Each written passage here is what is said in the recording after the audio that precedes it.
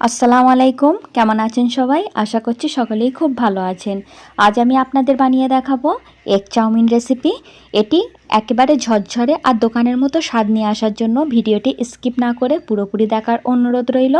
আর তারই সাথে ভিডিওটি যদি কোনো প্রকারে আপনাদেরকে একটুও ভালো লেগে থাকে, ভিডিওটিতে একটি লাইক করে দেবেন। আপনাদের একটি লাইক ভিডিওটি আরও আগে অনেকজনের কাছে পৌঁছাতে সুবিধা করবে। আর তারই সাথে আত্মীয় স্বজনদের সাথে শেয়ার করতে একেবারেই ভুলবেন না। আর ভিডিওটি ভালো লেগে থাকলে আমার চ্যানেলটি সাবস্ক্রাইব করে পাশে থাকার অনুরোধ রইল। চলুন তাহলে ভিডিওটি শুরু করা যাক। আমি এখানে প্রথমে চাউমিনটি সিদ্ধ করে নেব, তার জন্য এখানে পানি গরম হতে বসিয়ে দিয়েছি। তারই সাথে এখানে অ্যাড করে দিলাম হাফ চা চামচ লবণ। আর এবার আমি এই পাত্রের ঢাকা বন্ধ করে দেব। কিছুক্ষণের মধ্যেই পানি খুব ভালোভাবে ফুটে উঠেছে। এবার আমি পাত্রের ঢাকাটি খুলে এখানে অ্যাড করে দেব চাউমিন। আর এই চাউমিন আপনারা খুবই সহজে যে কোনো মুদিখানার দোকানে পেয়ে যাবেন। চাউমিন পানির মধ্যে অ্যাড করে দেওয়ার পর চামচের সাহায্যে খুব ভালোভাবে মিশিয়ে দেব। আর এই চাউমিনটি সিদ্ধ হতে খুব বেশিক্ষণ সময় লাগবে না, প্রায় 4 থেকে 5 মিনিটের মধ্যেই এই চাউমিন খুব ভালোভাবে সিদ্ধ হয়ে যাবে। তাই মাঝে মাঝে একবার করে নাড়াচাড়া করে দিতে হবে, না হলে দেখা যাবে হয়তো চাউমিনটি ওভার কুক হয়ে গিয়েছে। আর এইভাবে বেশ কিছুক্ষণ আমি গ্যাসের ফ্লেম হাই এবং লো করে দিয়ে চাউমিনটি সিদ্ধ করে নেব। আর চাউমিনটি যখন প্রায় 90% সিদ্ধ হয়ে যাবে তখন এই চাউমিন আমি একটি স্ট্রেনারের সাহায্যে খুব ভালো করে ছেঁকে নেব। আর তারই সাথে উপর দিয়ে ঠান্ডা পানি দিয়ে খুব ভালো করে চাউমিনগুলি ধুয়ে নেব, যাতে এই চাউমিন ওভার কুক হওয়াটি বন্ধ হয়ে যায় আর তারই সাথে খুব ঝরঝরে থাকে। এরই মাঝে এখানে 5 মিনিট হয়ে গিয়েছে। এবার আমি এই চাউমিন একবার চেক করে নেব। দেখুন এখানে চাউমিন কিন্তু 90% পর্যন্ত খুব ভালোভাবে সিদ্ধ হয়ে গিয়েছে। এবার আমি একটি স্ট্রেনারের সাহায্যে এই চাউমিন ছেঁকে নিয়ে উপর থেকে ঠান্ডা পানি দিয়ে ধুয়ে নেব। এরই মাঝে এই চাউমিন খুব ভালো করে ঠান্ডা পানি দিয়ে ধুয়ে নিয়েছে। আর দেখুন এখানে চাউমিনটি কতটা পরিমাণে ঝরঝরে হয়েছে। আর আপনারা যদি প্রতিটি স্টেপ ফলো করে থাকেন তাহলে আপনাদেরও এই চাউমিন এরকমই একেবারে পারফেক্টভাবে ঝরঝরে তৈরি হবে। অপরদিকে আমি কড়া গরম হতে বসিয়ে দিয়েছি। এবার আমি এর মধ্যে অ্যাড করে দেব 1 টেবিল চামচ সাদা তেল। তেল গরম হওয়ার সাথে সাথে এখানে দিয়ে দেব 2টি ডিম। এখানে ডিম আপনারা আপনাদের পছন্দ অনুযায়ী কম বেশি করে নিতে পারেন। তারই সাথে এখানে দিয়ে দেব 1 চিমটি লবণ। এই পর্যায়ে গ্যাসের ফ্লেম মিডিয়াম রেখে অনবরত নাড়াচাড়া করে আমি এখানে ডিমের ভুজিয়া বানিয়ে নেব। এরই মাঝে এখানে ডিমের ভুজিয়া বানিয়ে নেওয়া হয়ে গিয়েছে।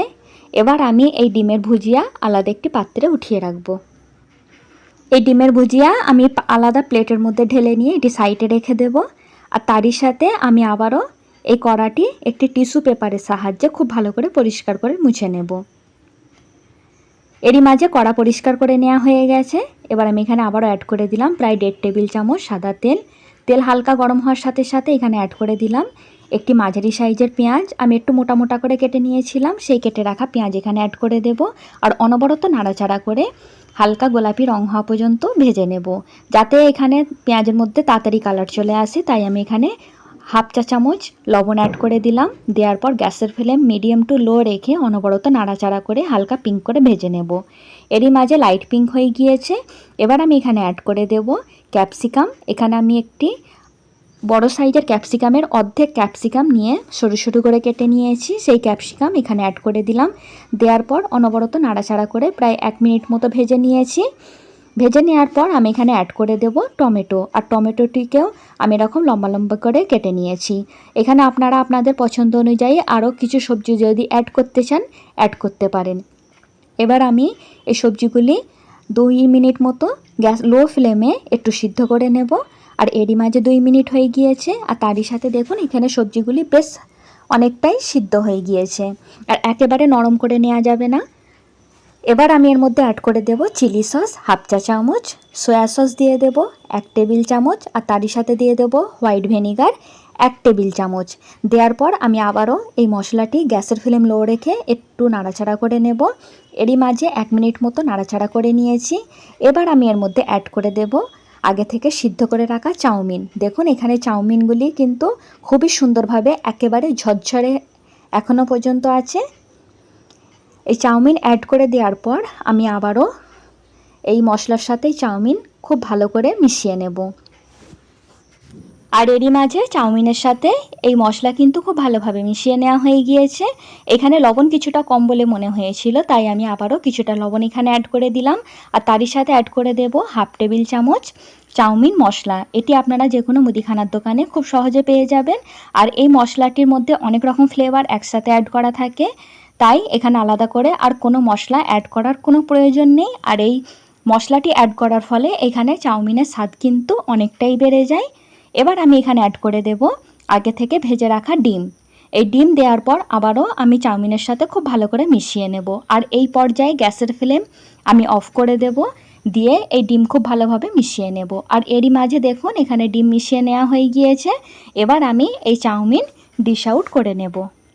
আর এরই মাঝে তৈরি হয়ে গেল একেবারে ঝরঝরে এগ চাউমিন। আর এটি আমি একেবারে সহজ পদ্ধতিতে আপনাদেরকে বানিয়ে দেখিয়েছি। আর দেখুন এটি কতটা পরিমাণে ঝরঝরে হয়েছে। এটি ঝরঝরে হয়েছে তো বটেই, আর এর স্বাদটি বুঝতে গেলে আপনাদেরকে এই রেসিপিটি বাড়িতে একবার হলেও ট্রাই করতে হবে। ট্রাই করার পর আপনাদেরকে এই রেসিপি কেমন লাগলো আমাকে জানাতে একেবারেই ভুলবেন না। আর দেখুন এটি কতটা পরিমাণে ঝরঝরে হয়েছে। আর আমার ভিডিওর প্রতিটি স্টেপ যদি আপনারা ফলো করে থাকেন তাহলে আপনাদেরও চাউমিন ঠিক এরকমই ঝরঝরে তৈরি হবে। ভিডিওটি ভালো লাগে থাকলে অতি অবশ্যই লাইক করবেন। ফিরে আসবো আবারও এরকম কোনো সহজ ভিডিও নিয়ে।